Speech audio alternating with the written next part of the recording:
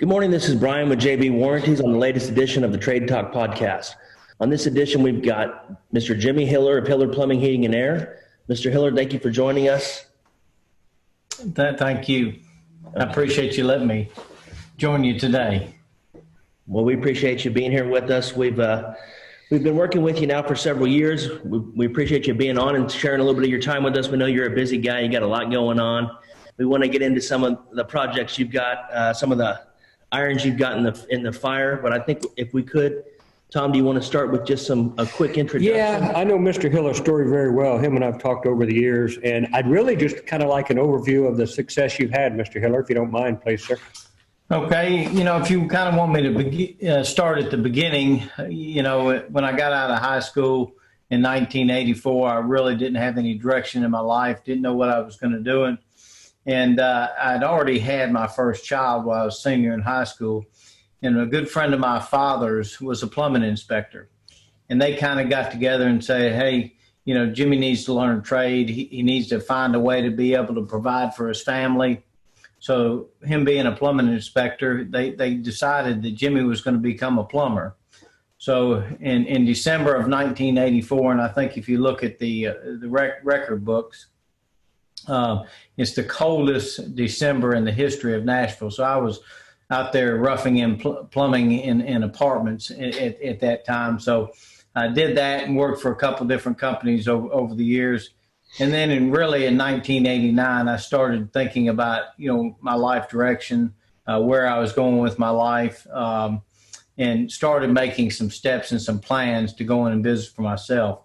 The company that I was working with, there really wasn't a whole lot of chance for advancement. He was a really good guy, a lot like him, still in business today, but his company is about the same size as it was then when I worked for him back in the late 80s.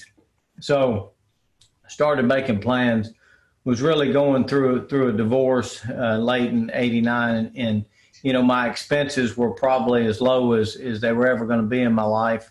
I had a pickup truck that I bought. The payment was $135 a month. I had rent. I moved in with a friend of mine. My rent was $175 a month. We were living in a little duplex. And I said, hey, if I'm ever going to do this, now's the time to do it. Yeah. And I went into work one Friday morning. I had a job. When I got off that evening, my boss was still there and just sat down talking to him. And he just asked me a simple question. He said, hey, Jimmy, you don't seem to be as happy here as you once were. And I said, well, I've been thinking about it for a little bit, and I think I want to try it myself. Now, I would recommend that everybody listening on this probably not do what I did, because at that time, like I said, I had a pickup truck and I had $500 to my name and decided to go into business and didn't have any work. But I started, the very next week knocking on doors. I was a residential new construction plumber, and I drove around all day knocking on doors of subdivision job trailers. Hey, can I give you a price? And then I'd drive to the next one. I'd knock on the trailer doors. Hey, who can I give prices to? And eventually I'd pick up a job or two, and that's where it all began. And that's really just plumbing. You hadn't got into the heating and air segment yet, correct? No, we didn't. We started obviously in 1990 with just plumbing, and really didn't get into the HVAC part until 2003. And your plumbing business kind of ballooned because you moved into a couple of different locations over that first, 4 years, I guess? Well, really not then. So we got to step back and look at what I was doing from 1990 to 1998. We were strictly a new construction plumbing company. That's all we did. So I was doing residential new construction, started dipping into a little bit of commercial work, and that was my first introduction into residential plumbing service. So in 1998, I made the decision to go ahead and get into the residential service department. And then in 1999, that's when I met Jim Abrams and Terry Nicholson. Yeah, so back to the 1998-99 movement, if you will, not many contractors respected their industry. and you were kind of a leader in the no shoe, you wore the shoe covers entering houses and things like that. What made you think to create yourself and set yourself different than the competitors in the market? Yeah, that's really, obviously my introduction to Jim and Terry, and trying to figure out, how do you be different? When you go out there, if you're wearing blue jeans and a t-shirt, especially at that time, that was probably the standard inside the industry. And they introduced me to a new, different world. How do you make yourself stand out? How are you different? How do you do things differently to make sure that you can get a little bit higher pay than what your typical plumber was? And obviously, I've been doing it all my life now. It's been a really good industry to me. And if you do it properly, it can be a really good industry for anybody. But you have to follow the right steps. You just can't be like I did when I first got started, have a pickup truck, throw your tools in the back, put you some parts in there, and wear, blue jeans and T-shirts and things like that.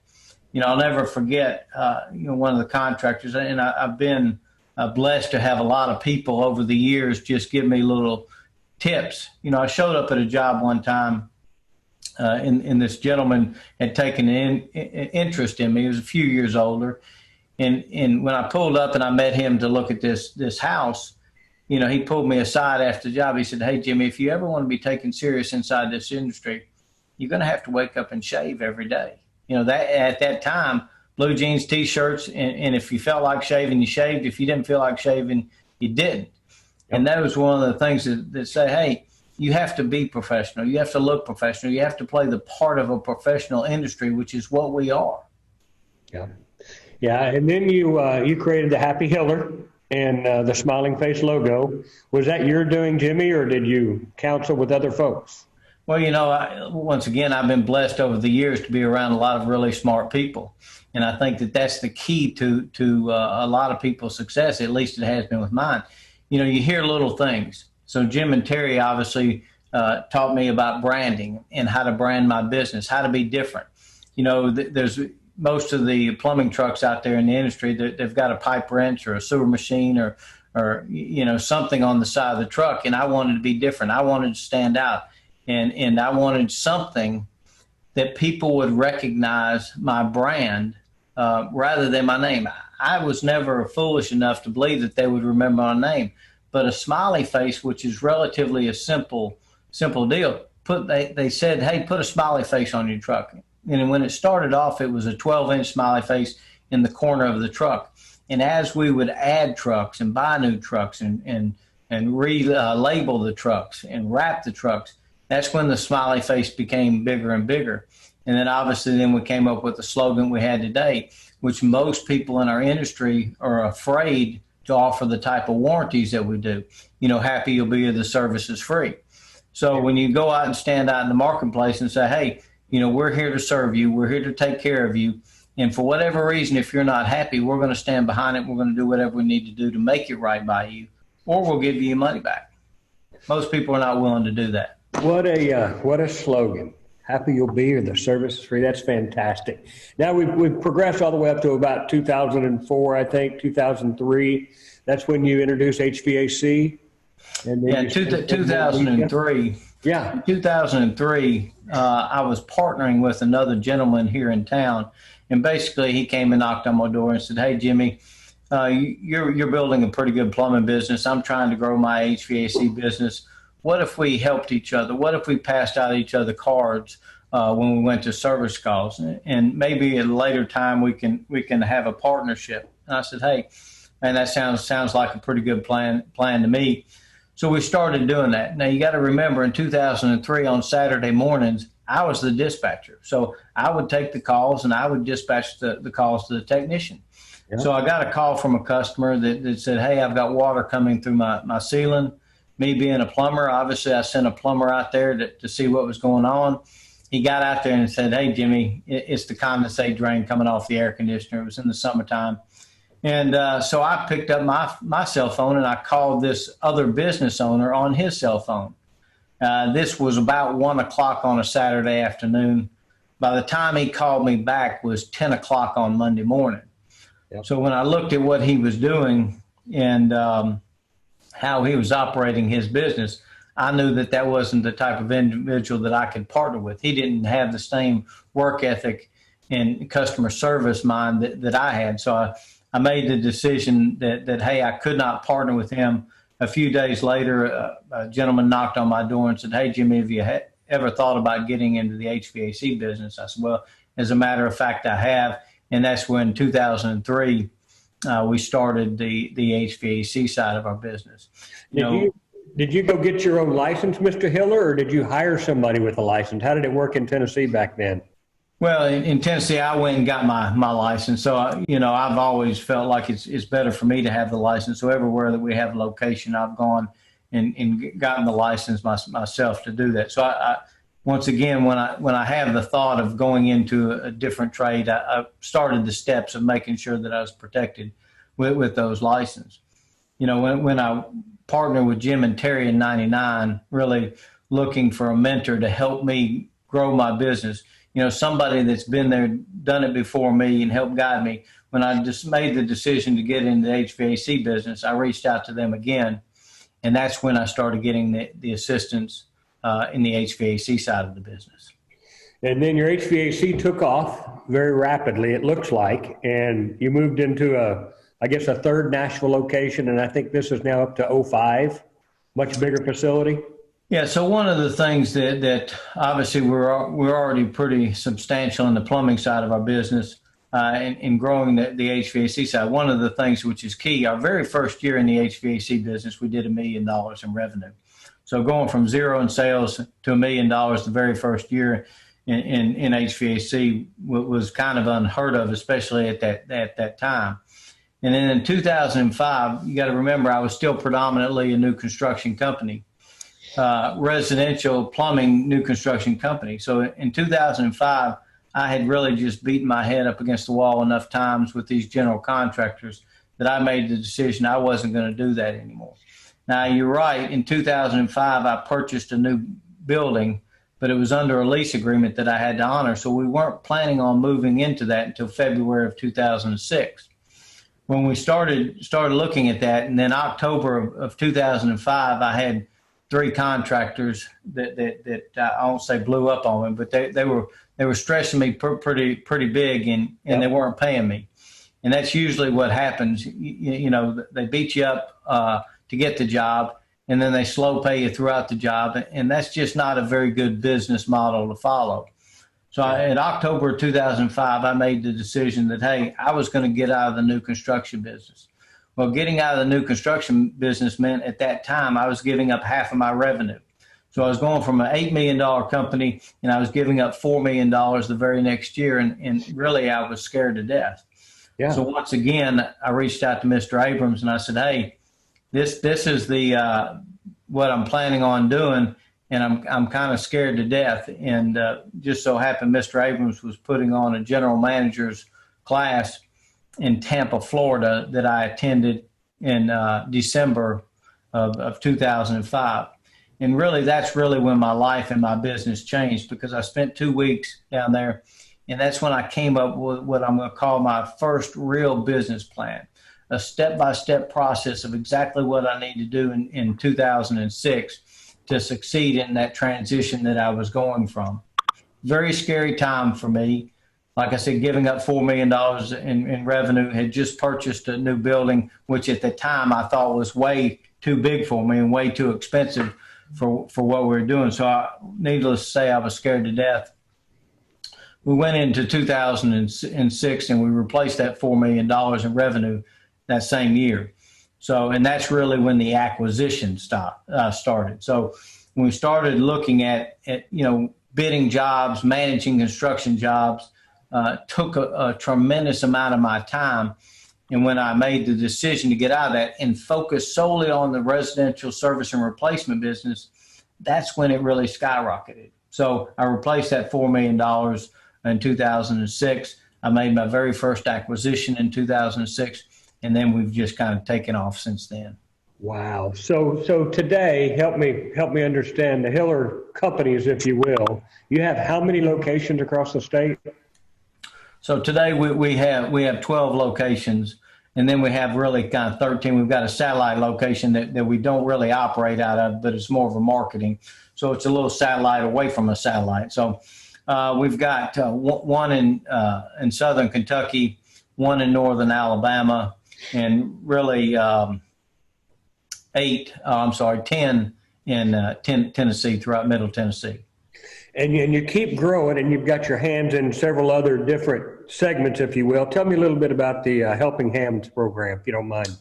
Yeah, the Helping Hands is obviously just a way for us to give back to the communities that serve us. I mean, I've been so blessed that over the years the communities have supported us and help our businesses grow. Now we do a good job, so we take care of them, and they take care of us. So when we find somebody in need, as a matter of fact, I just approved one yesterday, and it's really kind of a sad story that in today's world that there's people out there that don't have the simple necessities of everyday life.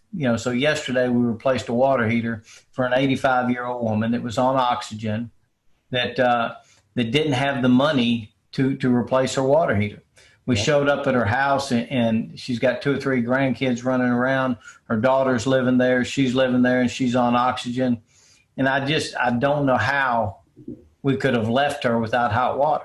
Yeah. So we made the decision. The technician came and saw me, and we made the decision to replace that water heater.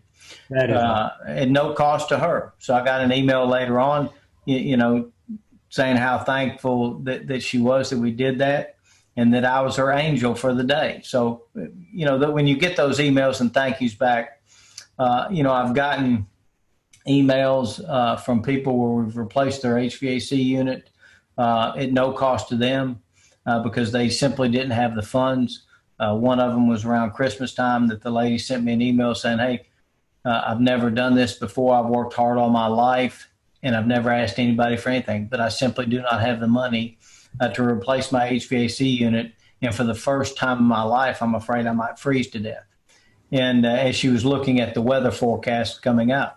So I get cards and letters, okay, and it's built a culture inside of our business. I get cards and letters from people every Christmas thanking you for the things that we've done. And most of them, I don't even know that we do anymore. So when we find somebody in need, we do our best to help them. So, and that's really the culture that we built here. Man, that is awesome to give back to the community. We, during this COVID crisis, we're fortunate enough to still have a business that's gaining and growing, and we've been able to make several donations around the country to some food banks and choose some loyal customers and strategic partners where we do that. You've also got yourself involved with Top Tech Partners, and that's a trade school, I guess, for returning military personnel. Yeah, you're talking about transition to trades through our Total Tech School. Yes, so when we look at transition to trade, as we've grown our businesses and as we've looked at the struggles that we have to go through each and every day in the industry, looking for good, honest, hardworking people, I think everybody on this call today would say is somewhat of a struggle. So we started looking at, okay, where are there pockets of people that can help us be part of our team and help us grow our business even more? So we thought, hey, let's look at the high schools. Let's see what the high schools have to offer. And I don't know about most of the people out there, but when I got out of high school, I didn't have a whole lot of direction in my life. It took my father and one of his friends to kind of push me into the direction that I needed to go. Right. And then we started looking, where else can we go? And we said, okay, where's there another group of people that are really good, honest, hardworking individuals that know how to show up on time, know how to follow processes and procedures, know how to put on a uniform and wear that uniform properly. And we said, okay, let's reach out to the military. And we really just started with the transition to trade program, showing up at the military job fairs. We showed up at every one of them, trying our best to hire some of these good, honest, hardworking men and women. And then obviously we had a break. It was kind of a blessing in disguise, but one of my managers was at the job fair, and one of the people there gave him a business card, or Brian gave one of these soldiers a business card. Now, he didn't know what his level was, didn't know anything about him. But then about 3 months later, Brian gets a call from this I don't know what his position was, but one of these soldiers, he said, hey, I need y'all to help me. I've got this lady whose husband is deployed, and she was out of town for a little bit. Her heater went out, and all of her pipes froze and busted in her house. So we dispatched a technician out there. The woman was in tears, obviously, because her house was not in very good shape. And Brian called me and said, hey, this woman is a military family. Her husband is deployed. I'd like to see if we could do this through the Helping Hands. And of course, here, if you ask to help somebody, we're going to help somebody. That's what we did. And we fixed her plumbing, we fixed her heater, and got her up and going again. And then this individual who ran the transition program through the military 3 months later shows up at our office after we're trying to build this transition trade program. He said, he stood up, he said, first of all, I want to tell you why I'm here. And I didn't know this story until he showed up. He said, I'm here to pay you back for the good that you did for us. And that's how the transition was. We did a Helping Hands program for somebody, not looking for something in return, but sometimes when you do good things for other people, you get paid back. And in this case, we've been paid 100 times over. And that's how the transition. So we've had just a tremendous amount of people come through our program. And I'll have to look at my notes to see. We've had 500 soldiers come through our program. They've been from 41 different states. And we've had, and we want them all to stay here and work for us, but obviously home, sometimes they want to go back to wherever home is. So we've got 145 of these soldiers working in our organization today, helping us in all three trades. We do plumbing, heating, cooling, and electrical. So, how do you place the other 400 and something, Jimmy? Do you have relationship with contractors across the country? How does that process work?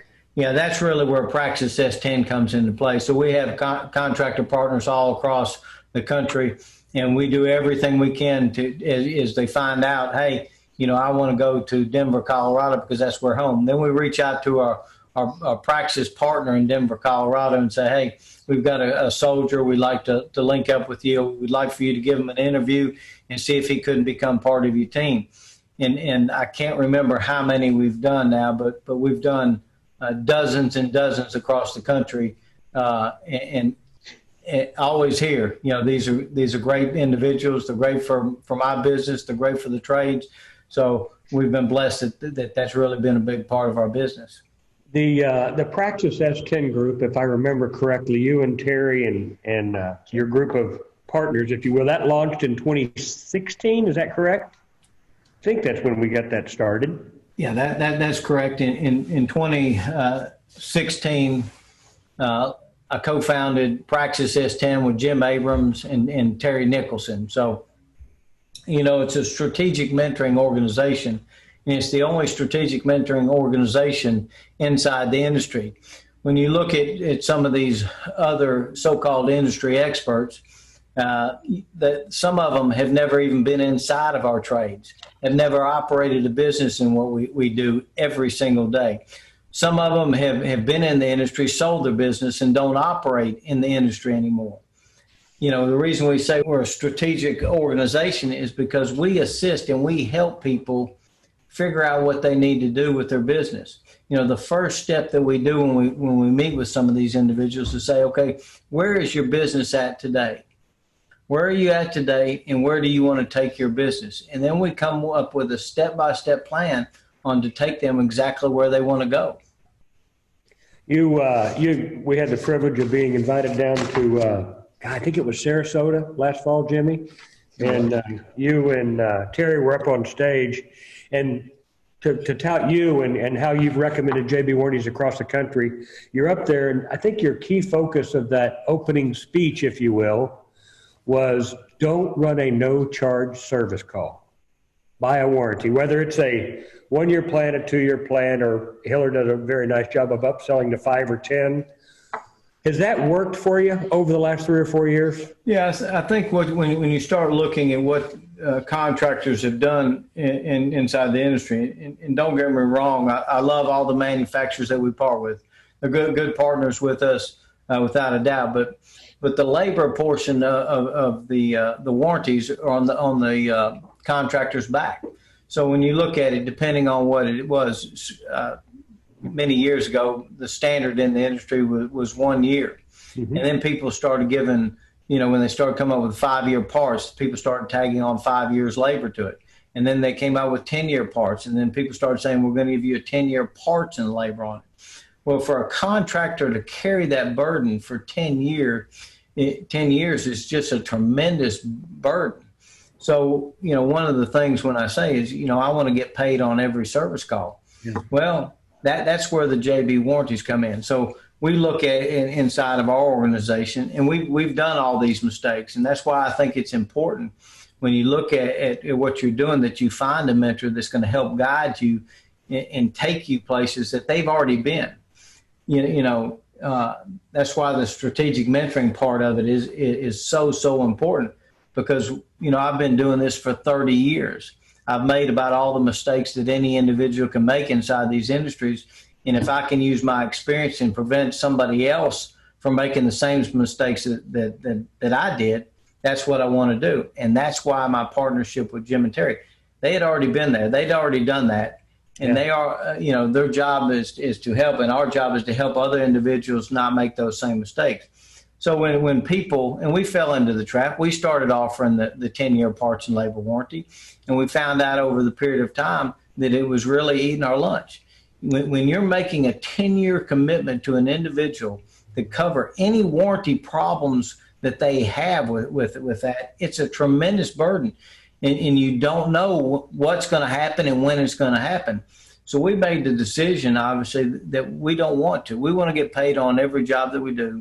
Every time that we run a service call, we expect to be paid. And that's why we back all of our installations with the JB warranty. Every one of our installations today, we back it now.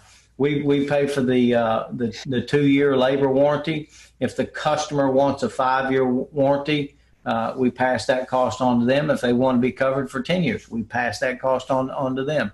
So we've come up with a plan, one, to protect ourselves so that we know that every service call that we run, we expect to be paid on it.